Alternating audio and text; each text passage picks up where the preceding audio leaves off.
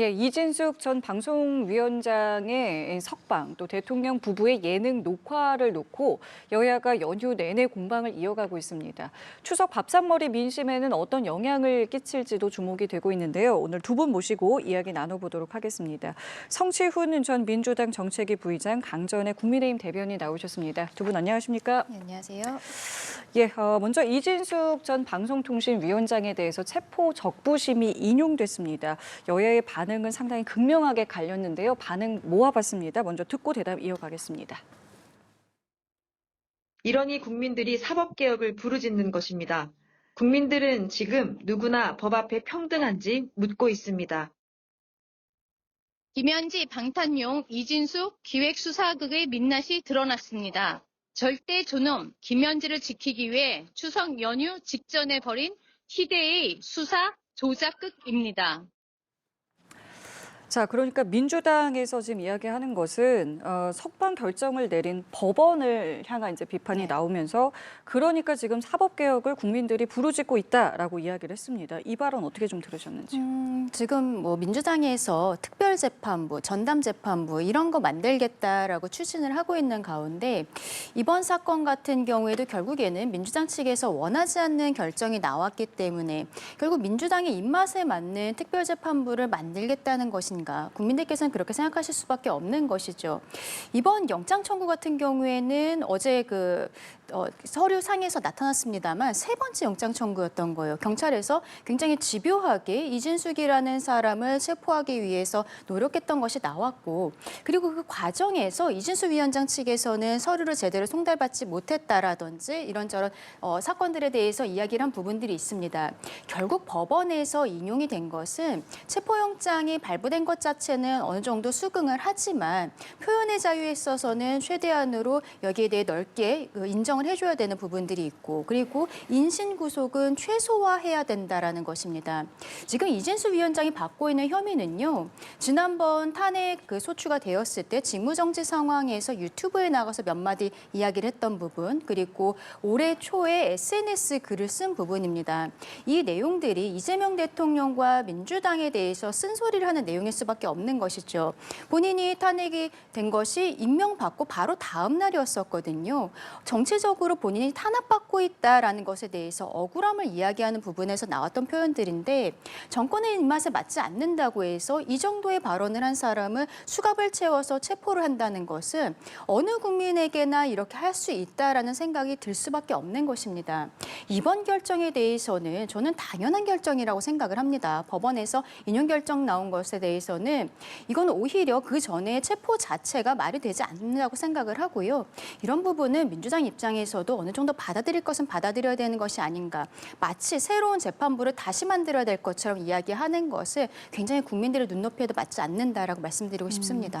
체포 자체에 대해서는 어떻게 생각하시는지 좀 궁금하고 그렇기 때문에 이제 국민의힘에서는 영장 발부라던가 이 수사에 대해서 법적 책임을 묻겠다라고 지금 장동혁 대표가 이야기하고 있는데 이 발언에 대해서는 또 어떻게 보시는지 궁금합니다. 실제 법적 책임 묻겠다고 하면서 판사까지 지금 고소고발을 했죠. 그러니까 지금 판결에 대해서 뭔가 압박을 하면 안 된다라고 지금 민주당이 주장을 줄곧 해왔던 국민의힘이 본인들의 마음에 들지 않은 판결이 나오니까 판사를 지금 고발한 겁니다. 내로남불 행태를 그대로 보여주고 있다고 생각이 들고요. 일반 국민들은 출석 요구를 3회 불응하면 형사소송법상 체포영장이 발부될 수 있습니다. 보통 그렇게 됩니다. 어제 체포적부심이 인용될 때도 적법성에 대한 문제는 지적하지 않았습니다. 경찰이 충분히 피해자에 대해서 부를 여지가 있었고 그리고 뭔가 지금 이진숙 전 위원장이 주장하고 있는 제대로 전달되지 않았다 하는 것도 우편 말고도 뭐 팩스나 다른 전화나 이런 걸 통해서 전달을 했기 때문에 충분히 인지했을 수 있다. 그리고 마지막 불출석했던 9월 27일 국회 출석 역시 불가피했던 불출석인지 좀 생각해 봐야 된다라는 식의 답변이 나왔거든요. 그렇기 때문에 그럼에도 불구하고 지금 인용을 해준 이유는 일단 이진숙 전 위원장이 체포된 다음에 조사를 좀 받았거든요. 그러니까 어제 법원의 입장은 뭐냐면 몇 시간 동안 조사를 받았기 때문에 그걸로 충분하다고 본다. 그렇기 때문에 체포가 유지될 필요는 없다라는 판단을 내려준 겁니다. 그렇기 때문에 적법한 절차에 따라서 체포가 이루어졌고 수사도 어느 정도 이루어졌다는 말씀을 드리고요. 국민의힘은 계속해서 아까 영상을 통해 봤습니다만 이거를 무슨 민주당과 이재명 정부가 김현지 비서관의 이런 인사를 막기 위해서 기획한 거다라는 주장들을 하시는데 그렇게 된다면 체포영장 발부에는 경찰, 검찰, 법원 세 기관이 동의를 해야 발부가 되는 겁니다.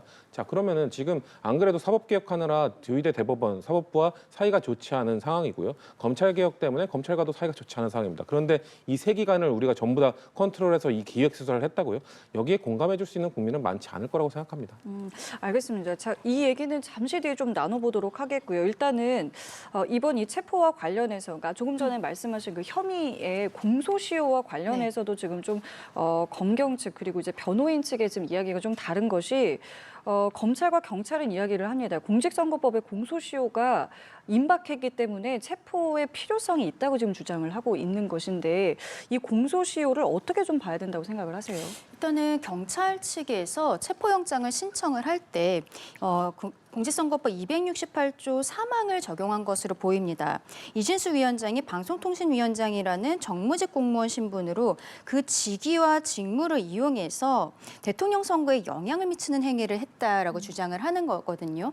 그런데 이 표현은 그러니까 형사소송법의 268조 3항에다가 이진수 위원장의 상황을 대입을 한 것인데 이 상황 같은 경우에는 결국에는 공소시효가 일반적으로 선거에 출마한 사람들 6개월이 아니라 10년이라는 거예요. 근데 네. 경찰 측에서 마치 6개월인 것처럼 이렇게 작성을 한 것이라고 지금 이진수 위원장 측에서는 주장을 하고 있는 것입니다. 물론 여기에 대해서 검찰에서 영장을 법원에 신청하기 전에 다시 한번 확인했었어야 된다고 생각을 하고 그리고 법원 측에서도 이게 6개월이 아니라 10년의 공소시효가 아닌가에 대해서 다시 한번 살폈어야 됐다고 생각을 합니다. 체포영장 처음에 발부했던 그 재판부에 대해서 말씀을 드리는 건데요.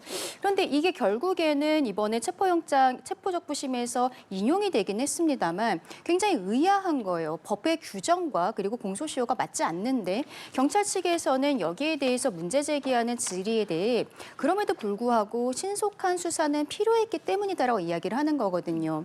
근데 경찰에서 이야기했었던 12월 초에 공소시효가 마무리된다. 6개월이면 끝난다라는 것과 10년이라는 것은 너무 큰 차이가 있는 것 아니겠습니까? 이번에 인용 결정에 있어서도 신속한 수사는 필요했을 것이다라고 보인다라고 나오긴 했습니다만 여기에 대해서는 경찰 측에서 다른 공소시효를 적용할 수 있음에도 불구하고 굳이 이런 형태로 넣은 것이 아닌가라는 생각이 들고요. 그런 과정에서 앞서 이제 성 부의장님께서 말씀하신 내용 중에서 저희가 고발을 한 상대방들 중에 판사가 있습니다. 그 판사 같은 경우에는 이런 부분이 경찰 측에서 일부러 이런 형태로 한 것이라면 체포영장을 발부했던 판사에 대해서는 고발을 취해야 되는 것이 아닌가 저는 개인적으로 그런 생각도 합니다. 일단 공소시효 6개월과 10년의 차이는요. 그러니까 직무와 관련성이 있거나 아니면 직위를 이용했거나 두 가지가 적용이 됐을 경우에 이제 10년으로 적용하는 건데 그거에 대한 판단과 해석은 달리될 수 있습니다. 그렇기 때문에 6개월이 적용되는 것이 10년이 적용되는 것인지는 아마 다툼이 있을 거라고 저는 생각을 하고요. 그리고 공소시효 10년이나 하더라도 그러면 10년 동안 넉넉하게 여유 있게 수사하는 게 아니잖아요. 그러니까 공무원에 대해서 공직선거법 위반 이 혐의를 더 중하게 판단하기 때문에 10년이 지난 이후에 10년 내에만 발견되더라도 그거에 대해서는 죄를 물을 수 있다라는 게 공소시효 10년인 겁니다. 공소시효 10년이라고 해서 이거는 그냥 차차 천천히 아주 그냥 뒤로 밀어놓고 10년 동안 그냥 하면 된다는 게 절대 아닙니다. 신속한 재판은 당연히 이루어져야 되는 것이고요. 좀 국민의힘에서는 늘 주장해오지 않았습니까? 조희대 대법원장이 말했던 633 원칙. 공직선거법 선거는 그 재판은 1심은 6개월 안에 이루어져야 된다. 지금 4월에 있었던 그 대선에 관련된 6월에 있었던 대선과 관련된 것이기 때문에 12월까지 이게 조희대 사법부의 원칙에 따르면 종료가 돼야 됩니다. 그러면은 빨리 송치되고 빨리 기소돼서 빨리 재판이 이루어져야 하는데도 불구하고 벌써 10월입니다. 10월이 됐는데 송치조차 이루어지지 않고 있는 상황에서 당연히 시급을 다투는 것은 당연한 처사였다고 저는 생각합니다. 알겠습니다. 그리고 앞서 지금 뭐 기획수사, 그러니까 국민의힘에서 지금 이야기하고 있는 기획수사에 대해서 짧게 말씀을 해주셨는데 지금 실제로 그 개혁신당 이준석 대표의 경우도 이번 체포가 그러니까 그 김현지라는 어떤 이 사태에 놀래서 관심을 분산시키기 위한 것 아니냐 이런 이야기를 또 내놨더라고요. 관련해서는 또 어떻게 좀 보고 계세요? 아무래도 개혁신당도 보수 정당에서 나온 정당이다 보니까 보수 정당은 그런 상상력들이 있으신가 봐요. 정권 잡으면 이 사법부, 법원, 검찰, 경찰 다 쥐고 쥐락펴락 할 수 있다라는 착각 속에 계신 것 같은데요. 저희 정부는 그렇게 하고 있지 못하다는 말씀을 드리고요. 그리고 김현지 부속실장 같은 경우는 이제 국정감사 추석 끝나면 실시되지 않습니까? 그때 결국 출석 여부를 놓고 다시 쟁점화가 될 겁니다. 출석을 하게 될 경우 출석한 이후에 그 발언과 관련돼서 아마 야당의 공격이 있을 거라 저는 생각이 들고요. 출석을 하지 않은 채로 또 그거에 대한 정치적 공격이 있을 것이기 때문에 김현지 부속실장 관련 안건은 전 살아 있다라고 볼 수 있고요. 그리고 저희가 계속 이 강훈식 비서실장이 밝힌 바와 같이 원래 예정되어 있던 인사라고 말씀드리는 것이 이재명 정부가 출범할 때부터 1부속실장은 이 김남준 아니면 김현지가 되지 않겠냐는 예측들이 많았어요. 그렇기 때문에 김남준 전 실장에서 김현지 현 실장으로 바뀐 게 전혀 이상할 것 없다. 오히려 공보라인에 대한 공격이나 비판은 국민의힘이 되게 줄곧 해왔거든요. 공보라인, 대변인 문제 있는 것 아니냐 그런 비판을 많이 해왔기 때문에 당연히 성남시장 시절부터 이재명 대통령의 입으로서 활동해온 김남준 전 실장을 대변인으로 보직 변경한 거는 자연스러운 일이고 오히려 국민의힘이 주장해왔던 것들을 받아들인 거라고도 볼 수 있다라는 말씀드리겠습니다. 그러니까 두 가지를 얘기할 수 있을 것 같아요. 그러니까 이번 체포와 김현지 실장을 엮는 것은 무리하다. 그리고 국감과 인사를 묶는 것도 역시 무관하다라는 말씀이십니다. 민주당과 대통령실에서는 그렇게 지금 말씀을 하시지만 국민들께서 정말로 그렇게 받아들이실까? 그건 아니라고 생각을 합니다. 왜냐하면 이번에 체포영장이 어쨌든 세 번째에 걸쳐서 결국에는 마지막에 발부가 된 것이라는 것이 알려진 상황인데 추석 연휴가 굉장히 길단 말이에요. 근데 그것을 앞두고 일선 경찰관이 이런 형태로 장관급 인사, 며칠 전까지 장관급이었던 인사에 대해서 체포영장을 신청을 할 것인가 좀 의문이 있는 거죠. 그리고 영장 집행 시기도 법원에서 체포영장이 발부되었을 때 10월 1일부터 말일까지로 되어 있습니다. 근데 이렇게 급작스럽게 들어왔다는 것은 이게 일선에서 끝날 수 있는 것이 아니라 이렇게 사실상 거물급 정치인에 대한 뭐 영장 청구라든지 그리고 수사 상황은 지휘부에 다 보고가 되게 되거든요. 그 지휘부에서도 알고 있었던 것이 아니냐. 그리고 이준석 의원 입장에서는 그 지휘부 경찰 수뇌부에서 알고 있는 것을 넘어서서 실상은 더 윗선에서 지휘부를 압박했었던 것이 아니냐라는 의심까지도 하고 있는 것입니다. 저는 충분히 제기할 수 있는 의심이라고 생각이 들어요. 왜냐하면 이 사건 자체가 4월에 민주당에서 고발을 한 사건이거든요. 그리고 민주당에서 이 사건에 대한 수사를 계속적으로 속도감 있게 진행하라는 압박을 하고 있는 상황이기 때문에 충분히 가능하지 않나 생각을 합니다. 여기에 대해서는 경찰 수뇌부에서 어떠한 사과 메시지 그리고 현 상황에 대한 발표가 필요하다라고 생각을 하고요. 그리고 지금 뭐 강훈식 실장 같은 경우에는 한 달 전부터 예상이 되어 있었던 이런 인사였다라고 이야기를 합니다만 지금 김현지 실장과 김남준, 윤기천 실장 이렇게 세 명이 보직을 바꿔가면서 하고 있어요. 근데 이 세 명 같은 경우에는 굉장히 좀 특이하게도 성남시장 라인입니다. 성남 라인인 거예요. 이분들은 실상 어느 자리를 가든지 그 자리에 직위와 상관없이 그것을 넘어선 권한을 행사하고 있는 것이 아닌가라는 생각이 들 수밖에 없습니다. 김현지 실장이 이번에 국감에 나오면 반드시 확인을 해야 되는 사건 중에 하나가 강선우 전 장관 후보자의 낙마 과정에서 본인이 관여했다라는 의혹이 있었던 거거든요. 본인이 인사비서관 자리였던 것도 아니고 그리고 비서실장도 아닌데 이런 형태로 총무비서관이 인사에 관여하고 있다는 의혹들이 강선우 장관 후보자뿐만이 아니라 다른 곳에서도 여러 가지로 나오고 있는 상황들입니다. 그러면 이분들의 인사이동이라는 것이 큰 의미가 있는 것인지 저는 잘 모르겠어요. 결국에는 우상호 정무수석이 최근에 한겨레 신문과의 인터뷰에서 100% 출석할 거다라고 이야기를 했거든요. 거기에 대해서 지금 비서실장이 다시 한번 확답을 해주면 되는 것이 아닌지 왜 여기에 대해서 비서실장 그리고 정무수석 또 민주당 현역 국회의원들 모두의 말이 달라지는 것이 참 의아하다. 이것이야말로 정말로 애지중지현지라는 말이 시중에 나오게 된 계기가 아닌가라고 생각합니다. 그렇기 때문에 국감 출석 여부에 상당한 관심이 모아지는데 개인적으로 출석 여부에 대해서는 어떤 판단하고 계세요? 저는 한번 나오실 필요는 있다고 생각합니다. 왜냐하면 지금 역대 국정감사의 부속실장, 제1부속실장이 나온 적은 없었죠. 이건 보수 정권에서도 계속 1부속실장은 업무가 대통령과 밀접하게 연관이 되어 있기 때문에 자리를 비우기 어렵다라면서 출석 거부를 해왔던 전례가 있습니다. 좀 그럼에도 불구하고 계속 이 불거지는 논란을 굳이 키우지 않기 위해서는 오히려 지금 국민의힘이 김현지 비서관을 너무 키워주고 있는 것 아닌가라는 생각이 들 정도로 계속 김현지 비서관의 이목을 너무 스포트라이트를 받도록 해주고 있거든요. 그렇기 때문에 아까 말씀하신 뭐 인사 관련 의혹 이런 것들 다 의혹에 불과합니다. 대통령실의 인사 시스템은 인사위원회를 꾸려서 돌아가도록 되어 있고요. 그 인사위원회 안에는 뭐 총무비서관도 충분히 의견을 낼 수 있도록 구조가 되어 있습니다. 그리고 그 인사위원회의 위원장은 대통령 비서실장입니다. 그렇기 때문에 인사와 관련된 다양한 의견들은 다양한 비서관들이 낼 수 있습니다만 결국 최종 책임자는 강훈식 비서실장이기 때문에 강훈식 비서실장이 물어보면 되는 것이고요. 김현지 언제든지 이제 부속실장이 혹시나 출석을 한다 하더라도 본인의 업무와 관련된 것들 뭐 좀 넘어서는 질문들이 있을 경우 그거에 대해서는 답변할 필요성이 없다라고 얘기하고 받아치면 될 거라고 저는 생각하기 때문에 한 번 정도는 국감에 출석해서 막상 나오게 되면 국민의 의문들 별로 물어볼 게 전 많지 않을 거라고 생각합니다. 알겠습니다. 자, 주제를 바꿔서요. 이재명 대통령 부부의 예능 프로그램 출연을 두고 여야가 이 부분도 또 공방을 이어가고 있는데요. 먼저 대통령실의 목소리를 듣고 대담 이어가도록 하겠습니다. 들어보시죠. 이 대통령은 이 회의에서 28일 오후 중대본 회의 개최 및 부처별 점검 사항을 지시했습니다. 이날 오후 JTBC 프로그램을 녹화하고 오후 5시 30분에 중대본 회의를 주재했습니다. 지금 보신 내용이 뭐냐면요. 그러니까 국민의힘에서는 화재 발생하고 대통령이 무엇을 했느냐라고 이제 질문을 던졌고요. 이제 관련해서 대통령실에서도 화재 발생 직후 이제 이틀 동안 대통령이 소화한 일정이라든가 지시 사항에 대해서 내용을 공개한 것입니다. 관련해서 공개를 했기 때문에 충분히 해소가 됐다고 보시는 중이신지 좀 궁금합니다. 전혀 그렇지 않죠. 어쨌든 28일 날 오후에 촬영을 했다라는 것에 대해서는 대통령실에서 이제 와서 밝히고 있는 상황입니다. 밝히게 된 경위도 어떻게 보면 주진우 의원이 그때 뭐 경찰들이 둘러싸고 있는 이런 사진 같은 것들을 제시했기 때문이 아닌가라는 생각이 들 수밖에 없는 거죠. 초반에 강유정 대변인은 일자에 대해서는 촬영 일자에 대해서는 함구를 하고 있던 상황이었었거든요. 근데 그때 28일은 일요일이었습니다. 근데 그때 언론에서 크게 보도가 되었던 것은 이게 뭐 복구도 제대로 되지 않고 있는 것을 넘어서서 바로 다음 날부터 주중이 시작이 되기 때문에 주말과 달리 여기에 있어서 큰 혼란이 있을 수 있겠다라는 보도들이 많이 나오고 있었어요. 그리고 이 화재의 원인이라든지 이런 것들도 제대로 규명이 되지 않고 있는 상황입니다.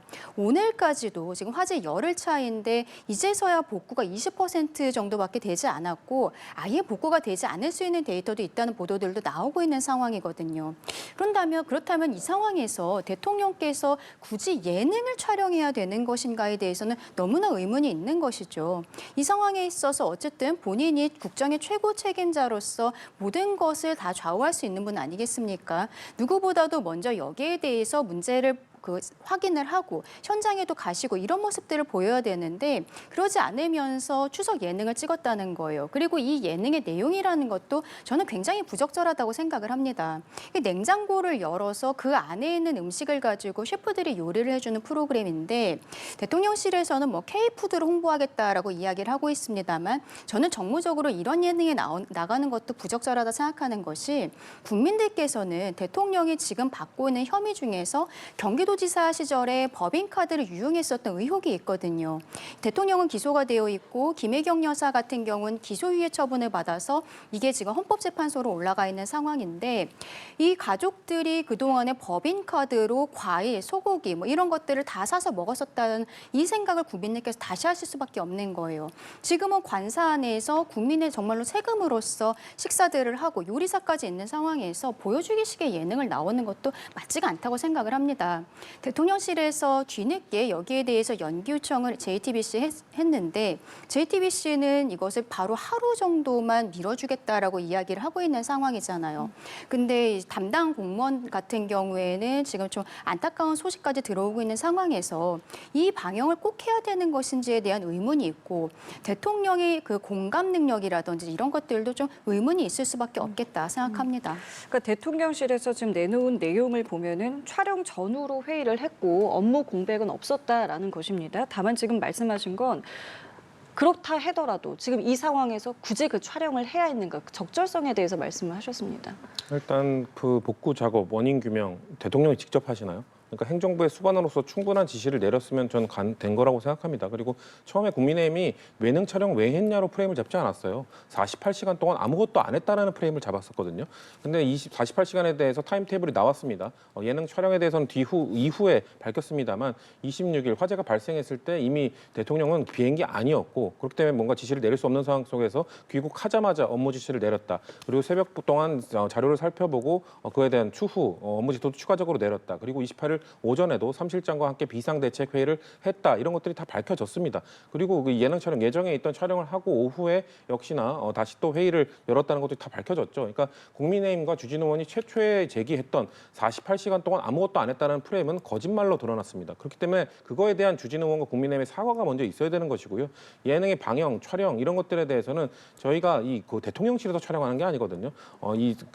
방송사와 함께 협의를 해서 하는 것이고 특히나 방영과 관련된 부분에서는 하루 연기 요청하는 것도 대통령실에서는 상당히 부담이었을 겁니다. 왜냐하면은 이 특정 방송사가 이 예능 방영과 관련돼서 추석 특집으로 뭔가 대통령과 국민을 소통하는 차원에서 뭔가 하나의 프로그램을 촬영하는 것이고 현실적인 문제로 봤을 때는 관련된 광고들도 이미 다 판매가 됐을 겁니다. 그런 부분들을 고려했을 때 이걸 무기한 연기하라고 말하는 게 괜찮은 겁니까? 대통령실은 그럼에도 불구하고 안타깝게 담당자가 불의의 이런 선택을 했기 때문에 그런 추모 분위기 동안 그래도 발인이 될 때까지는 방영을 좀 연기해달라 그래서 하루를 연기해달라고 그래도 간곡하게 요청을 한 것이고 방송사가 다행히도 그걸 받아들여준 것 아니겠습니까? 이런 상황 속에서 무조건적으로 이걸 정쟁화시키고 예능 출연 자체가 가장 기나하냐 어떻게 거기 가서 웃을 수 있냐고 말하는 것은 그래도 국민과 조금이라도 더 소통하기 위해 노력하는 대통령실의 그런 하나의 이벤트를 너무 폄하하는 것이라고 생각합니다.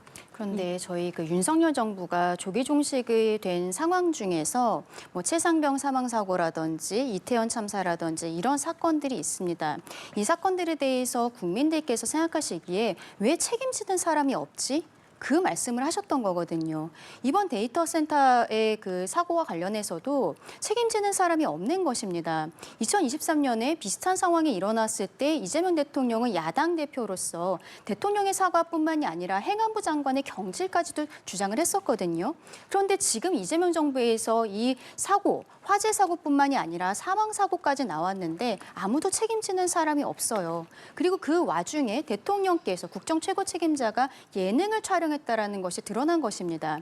이 상황을 국민들께서 어떻게 보실까요? 본인들이 야당이었을 때 했던 이야기와 왜 정권을 잡았을 때 이야기가 달라지는지 그 부분을 국민들께서 묻고 계신다라고 말씀드립니다. 짧게만 반박을 드리면요. 22년 이태원 참사가 일어났을 때 행안부 장관 이상민 장관 책임지지 않았고요. 23년 데이터 또 센터 마비가 왔을 때도 이상민 장관 책임지지 않았고요. 결국 비상계엄과 연루되어 있다는 의혹을 받으면서 불명예스럽게 퇴진을 했죠. 그런 장관을 배출한 정당에서 그런 말할 자격이 있냐라는 말씀을 드리고 싶고요. 그리고 이거 원인 규명 지금 수습을 하고 있는 단계입니다. 원인 규명이 철저하게 밝혀지고 뭔가 책임자가 나오게 된다면 다 수습한 이후에 하게 될 겁니다. 왜냐하면 과거 세월호 참사 때도 당시 보수 정권의 장관이었던 이주영 장관도 사건을 수습한 이후에 본인이 거취를 결정했던 것처럼 일단은 지금 사건을 수습하고 있는 과정이다라는 말씀을 드립니다. 알겠습니다. 자, 주제를 바꿔서요. 북한이 어제 평양에서 방산 전시회를 열고 각종 무기들을 선보였고요. 이 자리에서 김정은 위원장이 한국의 영토가 안전하겠느냐라는 발언을 내놨습니다. 관련해서 오늘 대통령실에서도 입장을 내놓은 것이 대화의 길에 동참해라, 협력에 나서라라고 이제 메시지를 내놨더라고요. 이 방향성 어떻게 좀 보고 계시는지요? 글쎄요. 지금 대통령실에서 너무 북한 바라기 하는 것이 아니냐 이런 생각을 할 수밖에 없습니다. 최근에 대통령이 대통령 당선된 다음에 하셨던 일 중에 대북 확성기를 먼저 선제적으로 중단한 조치가 있었고 여러 가지로 북한에 대해서 유화의 제스처들을 보이고 있습니다. 유엔 총회에 가서 END 구상에 대해서 말씀하신 것은 저희 보수 쪽에서 보기에는 북한의 편인 것이 아닌가라는 생각이 드는 내용들이었거든요. 북한에서 최근에 이야기하고 있는 두 국가론을 바탕에 둔 이야기들이 아닌가라는 생각을 할 수밖에 없는 것입니다. 대통령의 메시지뿐만이 아니라 통일부 장관의 메시지도 비슷한 상황들이 계속 나오고 있어요. 그런데 지금 북한 같은 경우에는 저희에 대해서는 전혀 대화의 상대로서 생각도 하지 않고 미국에 대해서만 쳐다보고 있는 상황이거든요. 우리만 단독적으로 이런 형태로 하는 것이 너무 굴종적으로 가고 있는 것이 아닌가라고 생각이 들 수밖에 없는 것이죠. 문재인 전 대통령뿐만이 아니라 이재명 현 대통령에 대해서도 북한 김정은은 정말로 입에 담기 어려운 모욕적인 표현들을 쓰고 있습니다. 문재인 정부 때 어느 날 아침에 갑자기 남북 연락사무소가 폭파됐는데 우리 돈으로 지어졌던 것이죠. 그리고 근데 그 이후에 우리 정부에서 제대로 된 항의조차 한 적이 있는가? 그거는 전혀 없는 거예요. 그리고 북한에서 계속 쓰레기 풍선을 보내오고 있을 때에도 민주당에서 그리고 지금 이재명 대통령이 얼마나 적극적인 메시지를 냈는지 잘 모르겠습니다. 모르겠습니다.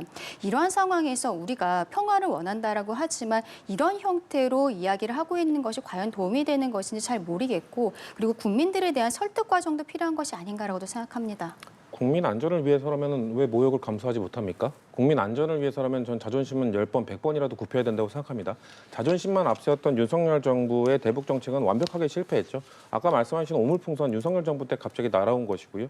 접경 지역에 있는 대한민국 국민들은 매일 밤 굉음 때문에 잠 못 이루지 못하고 괴로워해야 했습니다. 그거에 대해서 대체 윤석열 정부는 어떤 조치를 취했었죠? 그러니까 그 자존심만 앞세우고 강력하게 북한을 몰아붙이는 그런 정책은 완벽하게 실패한 것이 증명됐습니다. 그리고 국제사회에서 고립되지도 않습니다. 왜냐하면 북한과 이제 중국이라는 관계가 있었지만 이제 러시아라는 새로운 혈맹 관계도 생겼기 때문에 북한은 절대 고립되지 않습니다. 이러한 상황 속에서 국민들을 위해서 지금 이재명 정부가 어떻게든 좀 뭐 모욕적이라는 비판을 받으면서도 계속 대화의 메시지를 내니까 결국 말씀드렸던 그 접경 지역의 굉음 방송 중단되지 않았습니까? 국민의 안전이 최우선입니다. 국민의 평화가 최우선입니다. 국민을 안전하게 평화롭게 생활을 영위할 수 있도록만 할 수 있다면은 저희는 어떠한 굴욕이나 이런 것들도 다 감수해 나가면서도 북한과 대화를 시도할 것이다라는 말씀 드리겠습니다. 알겠습니다. 오늘 두 분 말씀도 여기까지 함께하겠습니다. 지금까지 성채훈 전 민주당 정책위 부의장, 강전의 국민의힘 대변인과 함께했습니다. 두 분 감사합니다.